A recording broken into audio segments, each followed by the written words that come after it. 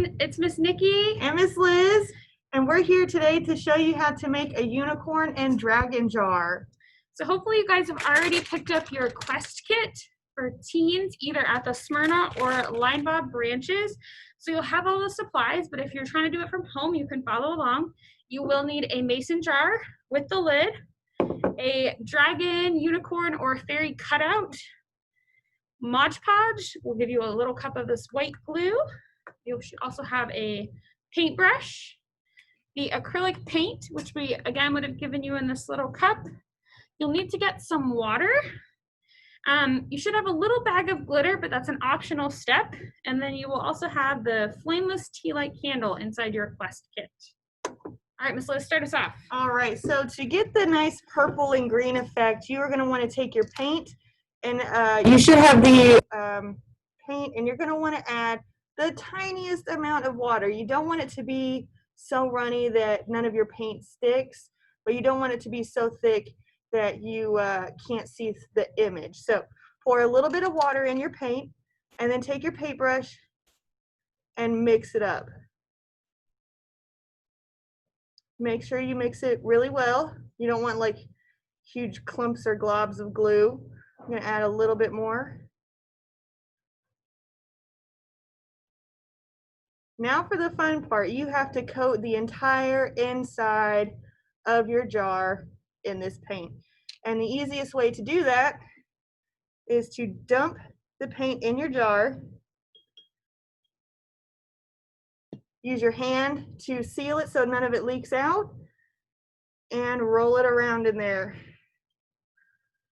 You see how it's coating the jar? Make sure you get the bottom.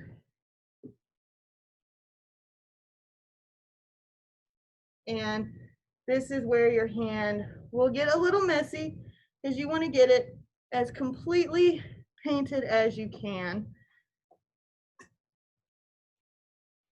There we go. Pour any excess back into your jar. Doesn't look like this one's going to have very much. And then place it upside down on a paper plate or napkin or something, and let it drip dry on your plate.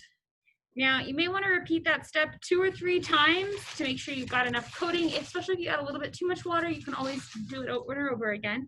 And when you're doing that step, you might want to use the end of your paintbrush to mix your water in, so you can save the bristle end for this next step.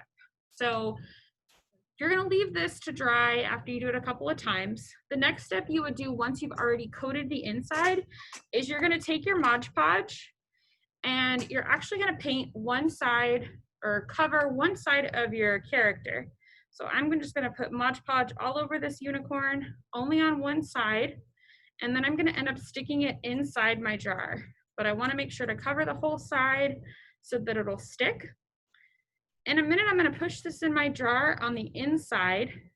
And what you want to be careful of when you put it on the inside is that you're avoiding any corners if you have a more square mason jar, or if any of the jars have the glass etchings like the marks or the logos on them. You're going to want to try and avoid putting your character cutout on those etchings in the glass. So I don't know if you can tell, but I've covered my unicorn. It's covered in white Mod Podge. I'm now going to slide it into my jar. And right here is the word ball. I'm going to try and avoid that glass etching. So I'm going to put my unicorn in, and I'm going to press it against the glass. So right now that unicorn is a little bit cloudy and white, but this Mod Podge glue is actually going to dry white. So eventually it'll be clear. So I'm using the end of my paintbrush just to make sure that the legs and everything are still. I can move my jar, and my unicorn is staying in place.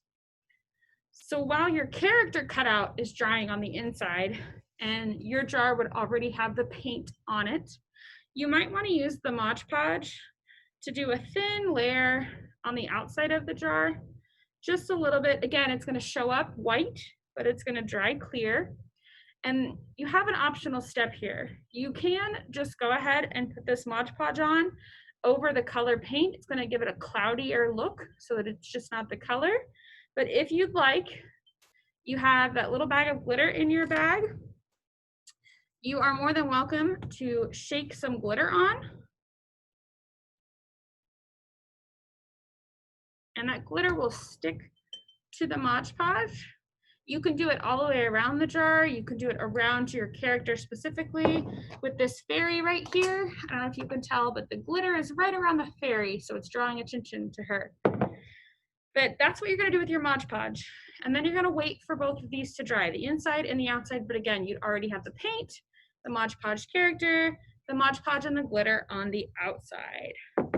Awesome.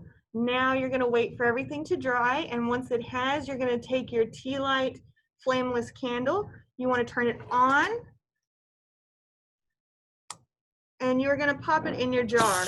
You can either stick it to the top, which we like to do, or you can place it in the bottom. You can use some duct tape and stick it on there if you want, or just set it in the bottom. Screw the lids back on and turn off the lights. Now we're gonna take a little trip to our office and show you what they look like in the dark.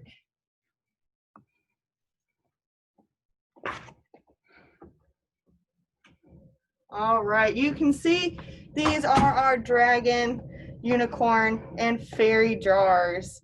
We hope you guys come by, pick up the Quest Kits, and enjoy catching your own dragons. Bye! Thanks for watching.